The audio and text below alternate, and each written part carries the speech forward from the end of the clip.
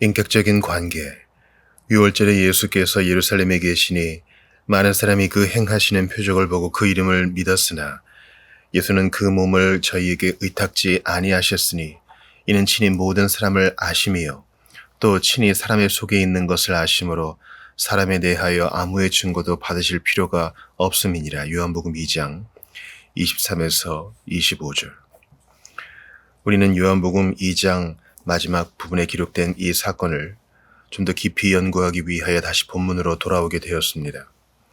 우리는 우리 주님께서 건강한 사람들, 곧 자신들의 발로 굳게 서서 자신들이 주님께 관심이 있으며 또 그를 따르겠노라고 제안했던 그 사람들에게 자신을 결코 의탁하지 않을 것이라는 사실을 고찰해 보았습니다. 그는 자신을 그 같은 사람들에게 의탁하시지 않습니다. 그는 이렇게 말씀하십니다. 내가 의인을 부르러 온 것이 아니요 죄인을 부르러 왔노라.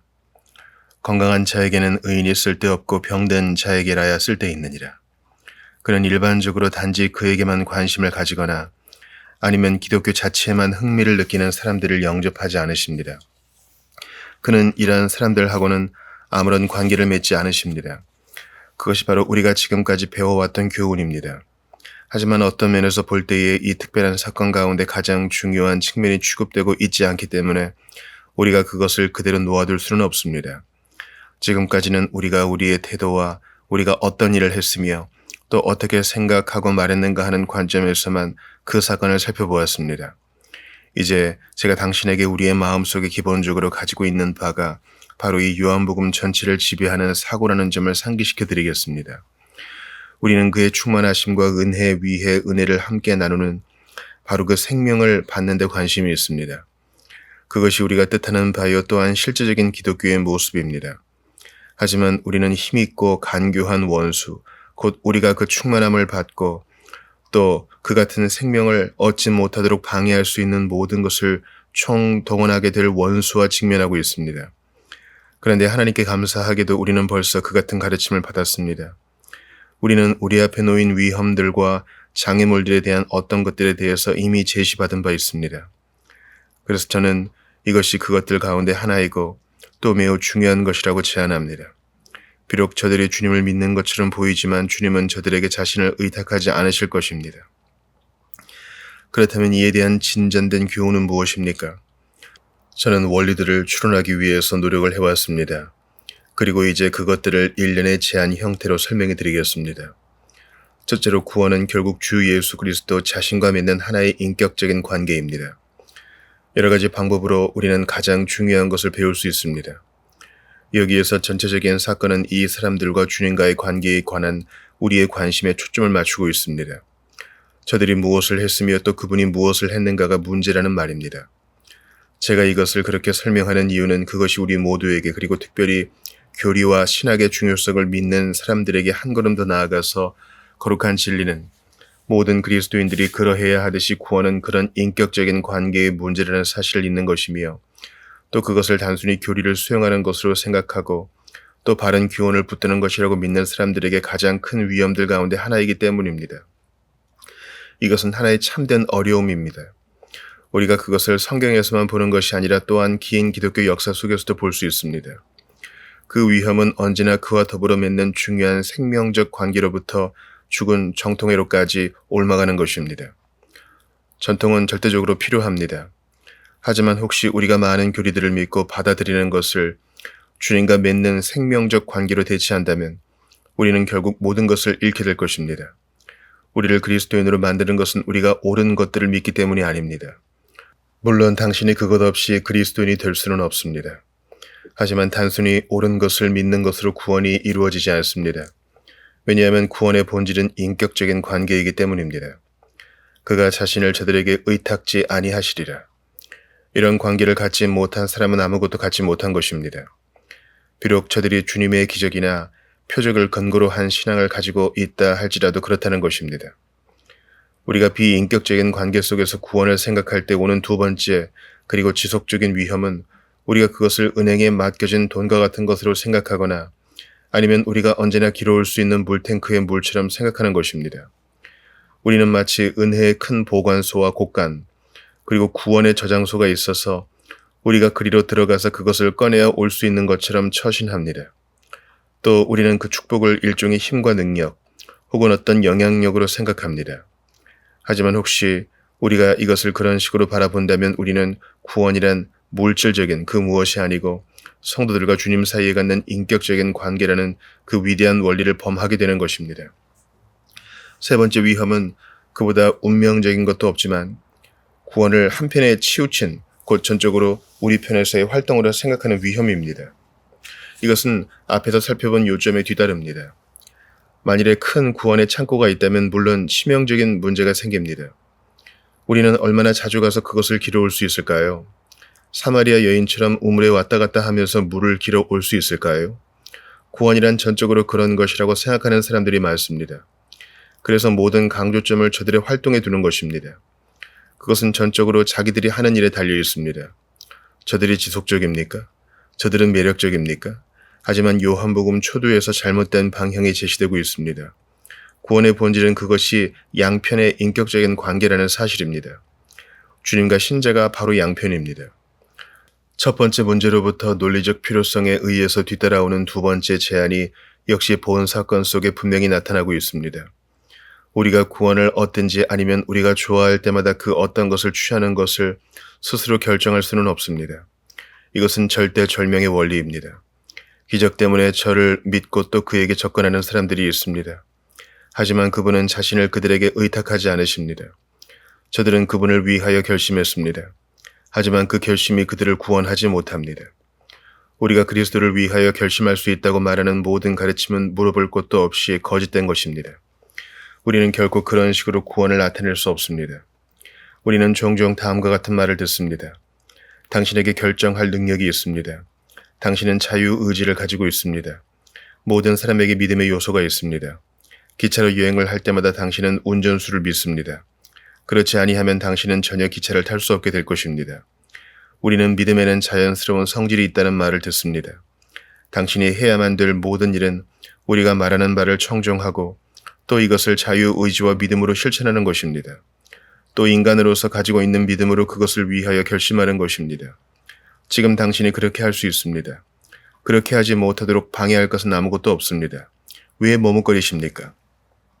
이 사건을 살펴보신 다음에도 어떠한 사람이 계속해서 그렇게 말할 수 있습니까?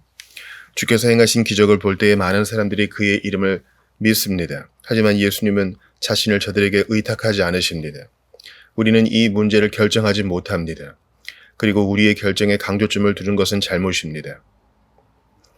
우리가 그리스도를 위해서 결심할 수 없다는 것은 일리가 있습니다. 복음을 듣고 전심으로 믿는 모든 이들은 나아가서 결심을 하게 된다는 점을 저는 압니다. 하지만 우리는 구원이 전적으로 그런 관점에서 우리의 활동이나 아니면 우리의 결정에 달려있다고 말하거나 혹은 전파에서는 절대로 안 됩니다. 이 점이 복음 전파에 있어서 가장 중요할 뿐만 아니라 또한 그리스도인의 삶에 따른 모든 분야와 단계에 있어서도 중요합니다. 성화와 성령 세례에 관한 교훈도 있습니다. 그것들은 똑같지 않습니다. 저는 두 가지 별도의 사실을 인용합니다. 우리가 원할 때마다 우리가 취할 수 있다고 말해주는 이 두 가지의 신앙적 경험에 관한 교훈이 있습니다. 우리가 듣기는 우리가 믿음으로 그것을 위하면 된다는 것입니다. 당신이 이것을 믿느냐는 질문을 받습니다. 매우 좋습니다. 만일에 당신이 그렇다면 그의 말씀으로 그를 취하십시오. 그것을 구하십시오. 그리고 당신이 그것을 취하였음을 인하여 그분께 감사하십시오. 저들은 다음과 같이 말합니다. 당신의 감정에 대해서 염려하지 마십시오. 당신은 아무것도 느끼지 않을 수도 있습니다. 그것은 중요치 않습니다. 그것은 믿음으로 취하십시오. 저는 그것이 바로 필요성에 관한 잘못된 교훈이라고 제안드리고 싶습니다. 당신이 취할 수 있는 그것이란 없습니다. 물체적인 것은 아무것도 없으며 또 많은 물질적인 것도 없습니다. 우리가 방금 살펴보았듯이 당신이 길어올 수 있는 다량의 액체에 대해서 말하고 있지 않습니다. 그것은 언제나 인격적입니다. 그리고 당신이 그것을 믿음으로 취할 수 없기 때문입니다. 당신이 믿음으로 성령 세례를 받을 수 없습니다. 그리고 믿음으로 성화를 얻을 수도 없습니다. 그것은 순전히 불가능합니다. 왜냐하면 이것이 근본적으로 인격적인 관계에 달려있기 때문입니다. 물론 많은 다른 것들을 근거로 해서 우리는 이 견해가 왜 실질적으로 잘못된 것인가를 보여드릴 수 있습니다. 저는 종종 그것을 이렇게 설명해 왔습니다. 저는 믿음으로 많은 것들을 얻으려 했지만 실제적으로 아무것도 얻지 못했던 많은 사람들을 알고 있습니다. 저들은 전혀 아무것도 경험하지 못한 것입니다. 저들은 믿음으로 그것을 얻으려고만 하고 있습니다. 만일에 당신이 자신의 경험이라는 견지에서 자신을 점검해 보든지 혹은 특별히 여러 세기 전에 살았던 성도들의 경험을 미루어 살펴본다면 믿음으로 그것을 얻는다는 가르침을 믿을 수 없을 것입니다. 우리는 앞선 연구에서 이것을 언급한 바 있습니다. 사람들이 성령 세례를 받을 때에 저들은 그것을 압니다. 그것은 경험할 수 있는 그 무엇입니다. 하지만 성화는 당신이 어떤 한 가지 행동을 할 수 있다고 해서 이루어질 수 있는 그 무엇이 아닙니다. 그것은 점점 자라는 것입니다. 그리고 당신이 성화가 점진적으로 이루어지는지 혹은 그렇지 못한지를 확인해 볼 수도 있습니다. 더군다나 우리는 지금 이 같은 기본 혹은 기초적인 원리들을 살펴보는 데 관심이 있습니다. 이 사람들은 자신들이 가서 구원을 가져올 수 있다고 생각합니다. 하지만 저들이 그렇게 할 수 없습니다. 이 전체적인 주제와 관련해서 생각할 때에 매우 중요한 문제인 세 번째 제안은 그가 자신을 우리에게 의탁하시는가 아니면 의탁하지 않는가 하는 것입니다. 다시 말해서 그가 우리를 믿는가 혹은 믿지 않는가 하는 문제입니다. 우리는 전적으로 그에게 달려있고 또 우리를 향한 그의 태도에 달려 있습니다. 어떤 의미에서 이 사람들은 저들이 할 수 있는 모든 일을 다 했습니다. 그러나 효과는 없었습니다. 당신이 문을 강하게 두드릴 수 있습니다. 하지만 그분만이 그것을 열 수 있습니다. 이 가르침에 대한 확실한 증거가 성경 전체 속에 도도히 흐르고 있습니다. 하지만 열 처녀의 비유만이 이에 대한 결정적인 역할을 해줍니다. 저는 벌써 우리가 그분에 대한 올바른 태도와 우리의 필요에 대한 확실한 자세를 취해야만 한다고 강조한 바 있습니다. 하지만 그것으로 우리가 구원받을 수는 없습니다. 우리는 그분이 하신 일로 구원을 받습니다. 우리의 구원은 전적으로 그분이 보여주신 특권입니다. 그것은 전적으로 그분의 손 안에 있습니다. 그리고 그는 자신에게 나아오는 모든 사람에게 의탁하지는 않으십니다.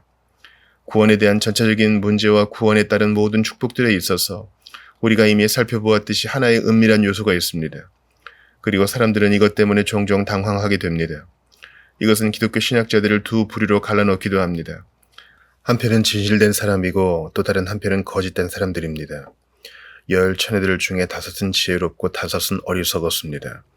외관상 차이점은 거의 없었습니다.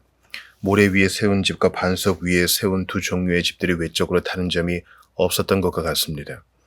그 같은 집들의 차이점은 기초에 있었습니다. 숨겨진 부분이 달랐습니다. 그는 자신을 어떤 사람들에게는 맡기십니다. 하지만 다른 사람들에게는 맡기지 않으십니다. 당신이 그것을 어떻게 알 수 있습니까? 그렇습니다. 그것에 대한 유일한 대답이 있습니다. 예수의 사랑이 바로 그것입니다.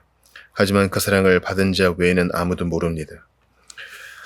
라틴 12세기 에드워드 캐스웰역. 저들은 압니다. 하지만 나머지 사람들은 아무도 모릅니다. 이 비밀이라는 주제를 우리는 벌써 살펴본 바 있습니다. 그리고 제가 또다시 그것을 말씀드리고 싶지 않습니다. 하지만 신약 성경에 그것에 대한 놀라운 교훈이 있습니다. 예를 들어 사도 바울의 진술을 들어보도록 합시다. 신령한 자는 모든 것을 판단하나 자기는 아무에게도 판단을 받지 아니하느니라. 고린도전서 2장 15절. 바울은 자연인이 하나님의 성령의 일을 받을 수 없는 것은 그것들이 저에게는 어리석기 때문이라고 말합니다. 저가 이것을 알지도 못한다는 것입니다. 왜냐하면 그것들이 영적으로 분별될 수 있는 것들이기 때문입니다. 그는 성령으로 이해하게 되었지만 다른 사람들은 그를 이해하지 못합니다. 저들 역시 매우 똑같습니다. 두 종류의 자연인들은 역시 똑같이 지혜가 부족할 뿐입니다. 하지만 어떤 사람은 그 신비적인 비밀을 받습니다. 오직 하나님이 성령으로 이것을 우리에게 보이셨으니 성령은 모든 것, 곧 하나님의 깊은 것이라도 통달하시느니라. 고린도전서 2장 10절. 여기에 깊은 것이라고 이해할 수 있는 사람이 있습니다. 다른 사람들은 그것을 원하고 또 갈망할지라도 이해할 수 없는 경우가 있음에도 불구하고 말입니다. 많은 사람들이 결심은 자신들이 하고 집회에서 앞으로 나아갑니다. 하지만 그것이 저들 모두가 축복을 받는다거나 아니면 저들 모두가 그리스도인들이라는 사실을 뜻하는 것이 아닙니다. 그가 결정하십니다. 예수께서 자신을 저들에게 의탁지 아니하시니라. 그것이 저에게 하나의 실제적인 질문을 일으킵니다. 그가 우리에게 자신을 의탁하시는지 혹은 의탁지 않으시는지를 우리가 어떻게 알 수 있습니까? 우리는 그와 그분의 나라에 관심이 있고 또 그의 가르침과 행하심에 흥미가 있습니다. 하지만 다음과 같은 질문이 생깁니다. 우리가 그리스도인들인가? 우리는 노력을 했고 또 이것들을 깊이 생각하고 있습니다. 그렇습니다. 하지만 이 사람들은 예루살렘에서 자신들이 예수님께 나아갔고 또 그를 믿었으며 그 동료들과 함께 하기를 바랬습니다. 그럼에도 불구하고 거절당했습니다. 그러므로 문제는 이것입니다. 그가 자신을 우리에게 의탁하셨는가? 또다시 다음과 같은 대답을 할 수밖에 없습니다. 예수의 사랑이 바로 그것입니다. 하지만 그 사랑을 받은 자 외에는 아무도 모릅니다. 저들은 알고 있습니다. 신령한 자는 모든 것을 판단하나 자기는 아무에게도 판단을 받지 아니하느니라. 이것을 어떻게 해석해야만 할까요? 여기 예루살렘에서 우리 주님의 거절이 분명했던 점에 주의하십시오. 그는 자신이 저들을 받아들이지 않는다는 사실을 저들에게 분명하게 밝히셨습니다. 그는 저들에게 다음과 같이 말씀하시지 않았습니다. 나를 따르라, 동행하자, 우리 가운데 함께하자, 내가 너희를 인도해 주겠다. 나다나엘과 같은 사람을 대하시던 것과 얼마나 다른 대우였던가요? 나다나엘이 그에게 안내되었습니다. 그리고 저가 주님을 믿게 되었습니다. 그가 위대한 고백을 하게 됩니다. 나다나엘이 대답하되 랍비여, 당신은 하나님의 아들이시요 당신은 이스라엘의 임금이로소이다. 예수께서 대답하여 가라사대 내가 너를 무화과 나무 아래서 보았다 함으로 믿느냐? 이보다 더 큰 일을 보리라. 요한복음 1장 49에서 51절. 그것은 주님이 다른 사람들에게 말씀하시지 않았던 그 무엇입니다. 그는 나다나엘을 영접해 드리셨습니다. 예수께서 또 가라사대 진실로 진실로 너희에게 이르노니 하늘이 열리고 하나님의 사자들이 인자 위에 오르락 내리락 하는 것을 보리라. 그는 예루살렘에서 6월절에 모인 그 사람들에게 이렇게 말씀하시지 않았습니다. 그것은 정확히 다릅니다. 그는 저들이 은밀한 곳으로 인도되지 않을 것이라는 사실을 분명하게 밝히셨습니다. 저들은 더 많은 교훈을 받도록 되지 않았습니다. 저들이 지금까지는 자신의 힘으로 나왔습니다. 하지만 그것은 전적으로 육체적인 것이었고 주님이 저들을 영접해 주신 것이 아니었습니다. 우리 주님께서 행하신 사역에 관한 기록을 계속 읽으면 우리는 그와 똑같은 말씀을 듣고 그의 메시지에 반응을 보이는 듯한 사람들의 차이점을 구별해내심을 알 수 있습니다. 그는 신자들에게 말씀하실 비밀을 가지고 계시며 또 그들에게 자신을 의탁하십니다. 하지만 다른 사람들에게는 그렇게 하시지 않습니다. 변화산 밑에서 한 가엾은 소년을 고치시는 기사 마지막 부분에서 이에 대한 매우 좋은 사례가 나옵니다. 우리 주님께서 베드로, 요한 그리고 야고보를 데리고 산으로 가셨습니다. 그리고 저들이 보는 앞에서 변형되셨습니다. 하지만 산에서 내려오실 때에 저들은 사도들과 제자들이 군중들에 의하여 둘러싸인 채로 서기관들에게 질문을 받는 모습을 발견했습니다. 우리는 다음과 같은 대화를 듣습니다. 저희가 이에 제자들에게 와서 보니 큰 무리가 둘렀고 서기관들이 더불어 변론하더니 온 무리가 곧 예수를 보고 심히 놀라며 달려와 문안하거늘 예수께서 물으시되 너희가 무엇을 저희와 변론하느냐? 마가복음 9장 14에서 16절. 그 후에 이야기는 계속됩니다. 무리 중에 하나가 대답하되 선생님, 벙어리 귀신 들린 내 아들을 선생님께 데려왔나이다. 귀신이 어디서든지 저를 잡으면 거꾸로져 거품을 흘리며 이를 갈며 파리하여 가는지라. 내가 선생의 제자들에게 내어 쫓아달라 하였으나 저희가 능히 하지 못하더이다. 그 후에 아버지와 예수께서 서로 논의하였으며 우리 주님께서 그 소년에게서 악령을 쫓아내사 그를 완전히 회복시켜 아버지께 돌려주었다는 것입니다. 그리고 나서 우리는 28절과 29절에서 다음과 같은 말씀을 읽습니다. 집에 들어가심에 제자들이 종용이 묻자오되 우리는 어찌하여 능히 그 귀신을 쫓아내지 못하였나이까? 오, 여기에 모든 것이 있습니다. 당신은 그분에게 사적인 접근을 해보신 적이 있습니까? 6월절에 예루살렘을 방문했던 사람들은 결코 사적으로 주님께 무엇을 질문한 적이 없습니다. 저들이 그에게 개인적으로 대화할 것을 허락받지 못한 것입니다. 그는 저들을 받아들이지 않았습니다. 그가 자신을 저들에게 의탁하지 않으셨다는 말입니다. 하지만 제자들은 사적으로 질문하는 일이 허용되었습니다. 우리는 어찌하여 능히 그 귀신을 쫓아내지 못하였나이까? 주님께서 대답하십니다. 이르시되 기도와 금식 외에 다른 것으로는 이런 유가 나갈 수 없느니라 하시니라. 마태복음 13장에 보면 똑같은 사실에 대한 또 다른 사례가 나오고 있습니다. 우리 주님께서 씨 뿌리는 비유를 막 마치셨습니다. 그때의 기록은 이렇습니다. 제자들이 예수께 나와 가로되 어찌하여 저희에게 비유로 말씀하시나이까? 대답하여 가라사대 천국의 비밀을 아는 것이 너희에게는 허락되었으나 저희에게는 아니 되었나니 무릇 있는 자는 받아 넉넉하게 되고 무릇 없는 자는 그 있는 것도 빼앗기리라. 처음에는 바리새인들과 서기관들 그리고 모든 다른 사람들이 와서 함께 들었습니다. 그리고 관찰자가 어떤 차이점을 말할 수 없는 상황이었습니다. 하지만 우리 주님은 언제나 차이점을 알고 계셨습니다. 그는 바리새인들과 서기관들이 이해하지 못하도록 비유의 형식을 빌어 정교하게 교훈을 주셨습니다. 그는 이렇게 말씀하십니다. 그러므로 내가 저희에게 비유로 말하기는 저희가 보아도 보지 못하며 들어도 듣지 못하며 깨닫지 못함이니라. 이사야의 예언이 저희에게 이루었으니 일렀으되 너희가 듣기는 들어도 깨닫지 못할 것이요 보기는 보아도 알지 못하리라. 이 백성들의 마음이 완악하여져서 그 귀는 듣기에 둔하고 눈은 감았으니 이는 눈으로 보고 귀로 듣고 마음으로 깨달아 돌이켜 내게 고침을 받을까 두려워함이라 하였느니라. 그러나 너희 눈은 봄으로 너희 귀는 들음으로 복이 있도다. 여기에 이 같은 근본적인 차이점이 있습니다. 그는 자신을 바리새인들과 서기관들에게 의탁지 않으십니다. 하지만 제자들과 겸손하고 진실한 신자들에게는 자신을 의탁하십니다. 바로 그것이 우리 주님께서 육체를 입고 계실 때에 자신을 따르는 자들에게 자신을 나타내시는 방법이었습니다. 하지만 우리는 그가 영광으로 복귀하신 후에 일하시는 매우 재미있는 또 다른 사례를 가지고 있습니다. 다소 지방의 사울은 교회의 난폭한 핍박자로 유명했습니다. 우리는 사울이 교회를 잔멸했다고 듣습니다.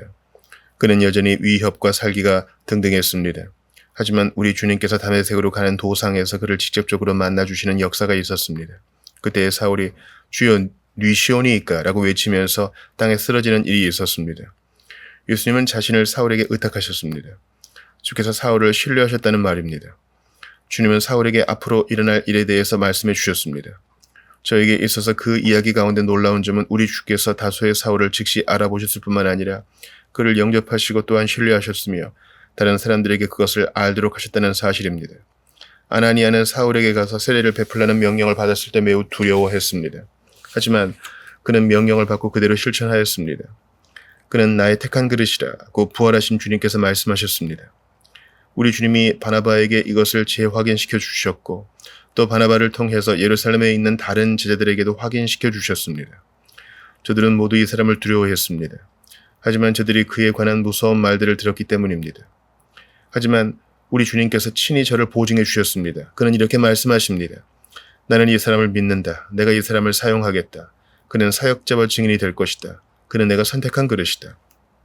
너도 그를 신뢰해야 한다. 왜냐하면 내가 그를 신뢰하기 때문이다. 예수께서 자신을 사울에게 의탁하셨습니다. 하지만 사람들은 그렇게 하기를 두려워하였습니다. 그는 일반적으로 우리의 모든 결심들을 뒤집어 엎으십니다. 그는 세리들과 죄인들을 영접하시는 반면에 바리새인들과 서기관들은 거절하셨습니다. 하나님의 교회는 가장 놀라운 곳입니다. 제 생각에는 마지막 심판 때에 일어날 사건들을 살펴보고 목격할 때에 우리는 더욱 놀라게 될 것입니다. 그러므로 우리 주님께서 육체로 계실 때와 승천 직후에 되어진 일들이 성경에 기록되어 있지만 지금은 주님이 자신을 어떻게 우리에게 의탁하십니까? 하나님께 감사하게도 우리가 그것을 모른 채로 남아있지 않게 되었습니다. 성경은 우리의 질문에 너무 풍성하리만큼 만족스러운 대답을 주십니다. 그분이 자신을 우리에게 의탁하시는지 혹은 의탁하지 않으시는지 우리가 알 수 있다고 보십니까? 우리가 알 수 있다는 사실에 하나님께 감사드립니다. 우리가 그것을 어떻게 알 수 있습니까? 그렇습니다. 제가 그것을 말씀드리겠습니다. 모든 문제의 핵심은 우리와 그분과의 관계입니다. 중요한 것은 바로 그것입니다. 그것은 우리가 자신을 살필 때에 우리가 정확하게 어디에 있는가를 알 수 있는 방법입니다. 제가 당신에게 몇 가지 소극적인 방법으로 시작하도록 해보겠습니다. 그분이 영접해 주시지 않는 그 사람들은 어떤 사람들입니까? 그들은 자신들의 결정을 의뢰하는 사람들입니다. 만일에 당신이 그리스도를 위하여 자신의 결정을 믿는다면 저는 당신에게 주께서 당신을 영접해 주시지 않고 또 그가 자신을 당신에게 의탁하지 않으신다는 사실을 말씀드리겠습니다. 그런 일은 명약관화한 일입니다. 그가 자신을 의탁하는 사람들은 자신들이 하는 일을 의지하지 아니하고 오히려 그가 하시는 일을 의뢰하는 사람들입니다. 그러므로 나는 그리스도를 위하여 결심했다고 말하는 사람들은 당신이 질문해 보아야만 될 바로 그런 사람들입니다. 언제나 자신들이 그리스도인이라는 사실을 재확인하고 또 끊임없이 그 문제로 고통을 받으며 스스로 자신들을 입증해야만 한다고 생각하는 사람들이 있습니다. 적어도 그런 사람들은 매우 의심하는 입장에 처한 사람들입니다. 그들은 언제나 자신들이 과거에 했던 그 어떤 일로 돌아가야만 하는 사람들로 지금도 똑같은 비참한 상황에 놓여 있습니다. 이런 사람들은 언제나 자신들이 과거에 결정했던 그 일을 되돌아보거나 아니면 저들이 과거에 겪었던 어떤 놀라운 경험만을 회상하는 사람들입니다. 저들에게 있어 우리 주님께서 직접적으로 혹은 즉각적으로 언제나 현재에 역사해 주시는 것이 아니라 그것은 과거였을 뿐입니다. 사람이 일어나서 매우 큰 허풍을 떨고 있습니다. 나는 벌써 20년 전에 그리스도를 위하여 결심했습니다. 그리고 지금까지 나는 절대로 후회해 본 적이 없습니다. 이 얼마나 무서운 말인가. 이 위대하고 또 놀라운 가르침에 비추어 볼 때 그의 입장은 매우 회의적이지 않을 수 없습니다. 그러므로 이제 우리는 자신들을 점검하지 않으면 안 되겠습니다. 당신은 그런 일들 가운데 어떤 것을 의지하고 있습니까? 당신은 자신의 결정을 의지하십니까? 당신이 벌써 오래전에 겪었던 어떤 경험을 의지하고 계십니까? 당신은 자신이 그리스도인이라는 사실을 끊임없이 입증하고 계십니까? 하지만 이제 소극적인 측면을 그만두고 적극적인 측면으로 나아가 보도록 하겠습니다. 어떻게 모든 사람들이 그리스도께서 자신을 저들에게 의탁하시는가 아니면 의탁하지 않으시는가를 알겠습니까? 먼저 저들은 자신들 스스로에 놀란 사람들입니다. 저는 이것을 가장 위대하신 그리스도인들 가운데 한 사람의 권위로 말씀드리는 바입니다.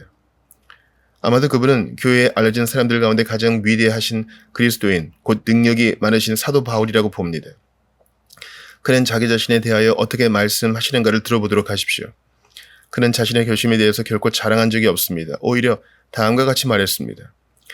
나를 능하게 하신 그리스도 예수 우리 주께 내가 감사함은 나를 충성되이 여겨 내게 직분을 맡기심이니 내가 전에는 회방자여 핍박자여 포행자이었으나 도리어 긍휼을 입은 것은 내가 믿지 아니할 때에 알지 못하고 행하였습니다. 우리 주의 은혜가 그리스도 예수 안에 있는 믿음과 사랑과 함께 넘치도록 풍성하였도다. 미쁘도다 모든 사람이 받을 만한 이 말이여 그리스도 예수께서 죄인을 구원하시려고 세상에 임하셨다 하였도다. 죄인 중에 내가 괴순이라.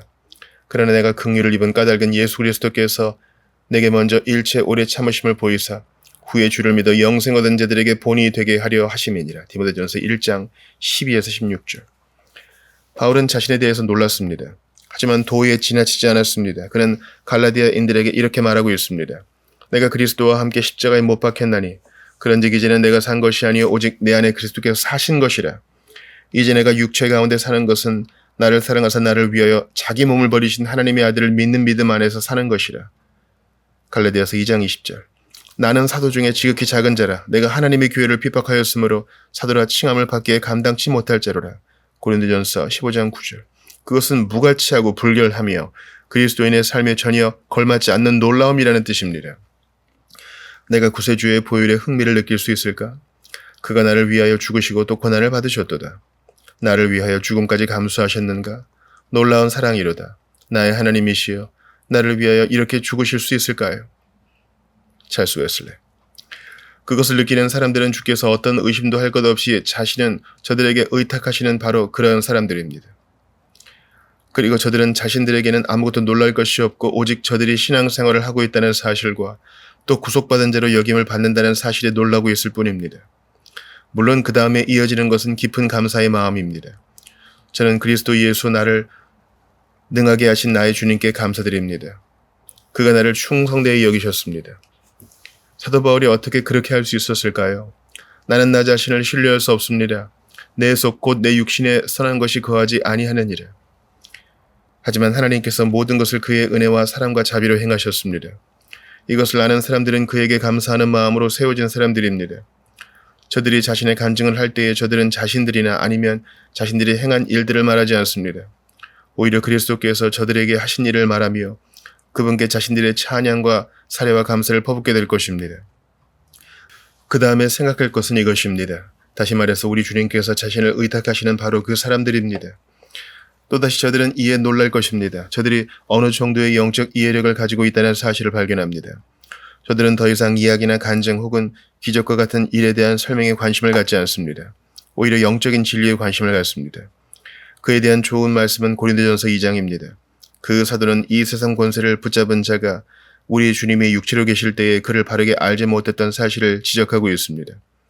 이 지혜는 이 세대의 관원이 하나도 알지 못하였나니 만일 알았다면 영광의 주를 십자가에 못 박지 아니하였으리라. 기록된 바 하나님이 자기를 사랑하는 자들을 위하여 예비하신 모든 것은 눈으로 보지 못하고 귀로도 듣지 못하고 사람의 마음으로도 생각지 못하였다 함과 같으니라. 오직 하나님의 성령으로 이것을 우리에게 보이셨으니 성령은 모든 것 곧 하나님의 깊은 것이라도 통달하시느니라. 고린도전서 2장 8에서 10절. 바울이 12절에서 또다시 그것을 말씀하셨기에 우리도 그것을 알고 있습니다. 우리가 세상의 영을 받지 아니하고 우리 하나님께로 온 영을 받았으니 이는 우리로 하여금 하나님께서 우리에게 은혜로 주신 것들을 알게 하려 하심이라. 그 다음에 가장 놀라운 일이 2장 마지막 절에 나오고 있습니다. 누가 주의 마음을 알아서 주를 가르치겠느냐? 그 대답은 이렇습니다. 그러나 우리가 그리스도의 마음을 가졌느니라. 만일에 당신의 영적 이해력의 요소를 가지고 있는 것으로 발견된다면 당신은 주께서 자신을 당신에게 의탁하셨다고 어느 정도 확신할 수 있을 것입니다. 당신이 중생했으며 영생의 씨앗을 가지고 있다는 말입니다. 저는 지금 성경에 대한 기계적인 지식을 말하고 있지 않습니다. 저는 영적 진리에 대한 통찰력과 이해력, 그리고 영적 실체에 대해서 말하고 있습니다. 당신은 영적인 방법으로 생각하고 있습니다. 당신은 그것에 관심이 있고 이것과 또 저 문제에 기독교 신앙을 적용하는 데에는 관심이 많지 않을 것입니다. 하지만 이 내적 이해력에는 관심이 있으리라고 봅니다. 당신은 성경 속에 있으며 또한 당신 주변을 둘러보는 것으로 느낄 수 있습니다. 하지만 밖에서부터 객관적으로 언제나 자신을 살펴보지는 못할 것입니다. 영적인 인지력과 이해력, 만일에 당신 속에 그 어느 것이라도 들어있다면 그가 당신을 받아들인 것입니다. 그 다음에는 이 모든 것에 뒤이어 당신에게 안식과 평안한 마음이 찾아올 것입니다. 당신은 더 이상 내 모든 고통이 언제나 끝날까 라는 말은 하지 않게 될 것입니다. 이것은 사람이 말로 토할 수 없는 그 무엇입니다. 오히려 영혼의 안식이 있을 것인데 오직 주님만이 주실 수 있는 것입니다. 그는 자신을 우리에게 의탁하심으로 우리와 친밀하게 되는 자신의 방법을 가지고 계십니다. 저는 이 안식과 평강 그리고 고요함의 요소가 언제나 진실한 신앙의 본질이라고 말씀드리고 싶습니다. 당신은 더 이상 구하거나 찾지도 않습니다. 당신은 그가 당신을 만나 주셨음을 압니다. 이제 근본적인 안식이 있습니다. 그것은 당신이 온전하게 되었다는 뜻이 아닙니다. 다시 말해서 그것은 당신이 만족하게 되었다는 의미도 아닙니다. 물론 그렇지 않습니다. 하지만 그것은 이제 근본이 확실하다는 뜻을 함축합니다. 그것은 분명합니다. 당신이 그것 때문에 고통받을 필요는 없습니다. 당신은 더 이상 자신이 그리스도인인가를 입증하려고 시도하지 않아도 됩니다. 아직도 확실하지 않는 것이 많습니다. 하지만 그것은 단번에 고착될 것입니다. 그 밖에 무엇이 필요할까요? 그렇습니다. 여기에 다른 것이 하나 있는데 제가 보기에는 그것이 가장 중요한 모든 것 중에 하나입니다. 그것은 당신이 살펴보았듯이 당신이 가질 수 있는 하나의 느낌입니다. 우리는 구원이란 궁극적으로 그분과 맺는 인격적인 관계의 문제라고 말함으로써 시작했습니다. 인격적인 관계에는 물론 양측에서의 활동이 있다는 사실입니다. 하지만 그것이 영광의 주님과 더불어 맺는 관계라고 할 때 그 관계는 주로 그분의 편에서 주도됩니다. 그러므로 당신은 자신이 대접을 받고 있다는 사실을 인식하게 되고 또 당신의 생명이 다른 분의 손 안에 있음을 깨닫게 될 것입니다.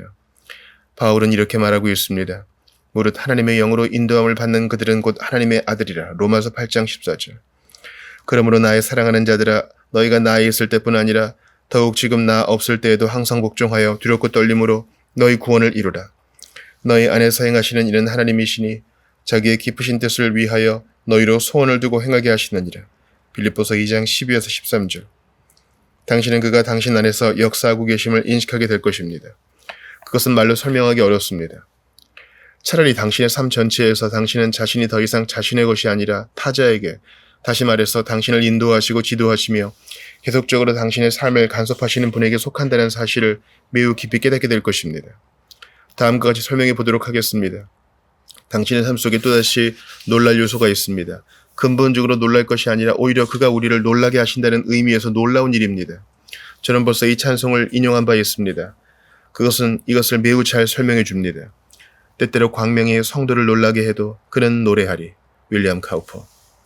당신은 어려움을 겪고 있습니다. 먹구름이 당신에게 몰아쳐 왔습니다. 모든 것이 정체되어 버렸고 굳어졌습니다. 당신은 불행하게 되었고 또 그것을 이해하지도 못합니다. 당신은 자신이 영적으로 병들었다고 생각합니다. 그때 갑자기 먹구름을 헤치고 들어온 침입자가 있었습니다. 광명이 성도를 놀라게 해도 그는 노래하리. 그는 기계적으로 노래를 부릅니다. 그 찬송은 받은 것이요. 또한 어떤 일이 일어날 것을 기대하지 않은 채로 모든 다른 사람들과 함께 방금 불렀습니다. 하지만 갑자기 그는 빛이 환하게 비치는 것을 느꼈습니다. 때때로 빛이 성도를 놀라게 해도 그는 노래하리. 날개 아래 품어 치유하시는 분, 바로 주님이 일어나시나니 위로가 사라질 때 그가 영혼에 다시 힘을 주시나니 비 내린 후 맑은 햇살의 계절로 용기를 북돋아 주시리. 당신은 그것을 알고 있습니까? 그가 당신을 방문하시고 또 사랑과 관심을 암시해 주심으로 당신을 놀라게 하십니까? 당신은 그분에 의해서 놀라게 된다는 것이 무엇을 뜻하는가를 아십니까? 그것은 실질적인 것입니다. 그것은 주님이 당신에게 자신을 의탁하신다는 뜻입니다. 당신은 이제 관계 속으로 들어오셨습니다. 당신이 한번 관계를 맺게 된다면 그는 활동하시고 또 계속해서 역사하십니다. 그는 우리가 요한계시록 3장 20절에서 듣는 대로 문을 두드리고 계십니다. 그가 계속해서 이렇게 하시며 우리를 놀라게 만드십니다. 신앙생활 안에 들어있고 또 통제되고 있는 자아는 참으로 무서운 것입니다. 정중하고 착하고 존경할 만한 것일 수 있습니다. 주일 아침에 당신은 교회에 가는 것으로 자신의 의무를 감당합니다. 하지만 주일에 한 번으로 충분합니다. 그런 식의 일입니다. 당신은 모든 것을 잘 처리해 나갑니다. 하나님께서 당신에게 자비를 베풀어 주시기를 바랍니다. 그분이 당신에게 자신을 완전히 의탁하셨습니까? 당신이 그분의 놀라움들과 어루만져 주심, 이런 방문들과 암시들, 곧 당신이 그분에게 속했다는 표시들 가운데 어떤 것을 알고 있습니까? 그 다음에 우리는 자신이 인도함을 받고 있다는 의식을 여기에 첨가시키지 않으면 안 됩니다. 그가 자신을 우리에게 맡기실 때 정체는 있을 수 없습니다. 결코 있을 수 없습니다. 그의 인도는 언제나 진보적입니다. 그는 우리로 하여금 다람쥐 쳇바퀴를 돌도록 하시지 않습니다. 오히려 우리를 계속 전진하도록 하십니다. 우리가 이것을 어떻게 알 수 있습니까? 여기에 시금석이 있습니다. 그분에 대한 끊임없는 굶주림이 있습니까? 당신의 심령 속에 그분에 대해서 끊임없이 알고 싶은 욕망이 있습니까? 그의 성취의 정상에 서 있고 또 이 놀라운 서신들을 기록한 바 있는 이분 바울을 살펴보십시오. 그가 다음과 같이 말했습니다. 내가 그리스도와 그 부활의 권능과 그 고난의 참여함을 알려하여 그의 죽으심을 본받아 어찌하든지 죽은 자 가운데서 부활에 이르려 하노라. 빌립보서 3장 10에서 11절. 바로 그것이 바울의 위대한 욕구요 갈망이었습니다. 그는 이미 주님을 알고 있었습니다. 하지만 그는 주님을 더욱 알고 싶어 하였습니다. 당신에게도 이런 욕망과 살아계신 하나님을 향한 계속적인 갈증이 있습니까? 당신의 심령 속에 그에 대한 갈급함이 증대되고 있습니까? 만일에 그렇다면 당신은 염려할 것이 없습니다. 그가 자신을 당신에게 의탁하셨기 때문입니다. 당신은 영적인 일에 계속되는 기쁨이 있습니까? 그리고 당신은 하나님의 말씀에 한없는 쾌감을 맛보고 또 하나님의 말씀을 전파하는 일이나 하나님의 말씀을 가르치는 일에 계속적으로 기쁨을 느끼십니까? 이런 일들이 당신을 보다 더 사모하게 하고 또 그것들이 더욱더 자신으로 하여금 더욱 갈급하게 하는 일들입니까? 그것은 주께서 자신을 당신에게 의탁하셨다는 완벽한 증거가 아닐 수 없습니다. 당신에게 그분을 계속해서 즐겁게 해드리고 싶은 욕망이 있습니까? 단순히 복음적인 삶을 살려고 하는 것이 아니라 모든 일에 그분을 기쁘시게 해드리고 또 영광 돌리는 삶을 살고 계십니까? 그렇다면 당신에게 형제에 대한 사랑이 증대될 터인데 하나님의 백성을 인하여 즐거운 마음이 드십니까? 결론적으로 모든 것 중에 가장 고상한 것이 여기에 있습니다. 성령이 친히 우리 영으로 더불어 우리가 하나님의 자녀인 것을 증거하시느니라. 로마서 8장 16절. 여기에서 제가 당신이 얻을 수 있는 추리들, 곧 추론들을 제시하였습니다. 그것들은 참으로 놀라운 것이며 또 그것들을 인하여 하나님께 감사드리는 바입니다. 모든 것을 제쳐놓고서라도 우리는 우리에게 성령님이 계셔서 친히 우리 영으로 더불어 우리가 하나님의 자녀인 것을 증거하신다는 사실을 알 수 있습니다. 자녀이면 또한 후사, 곧 하나님의 후사요 그리스도와 함께한 후사니라. 로마서 8장 17절. 그분이 자신을 당신에게 의탁하셨습니까? 그것이야말로 매우 중요한 질문이 아닐 수 없습니다.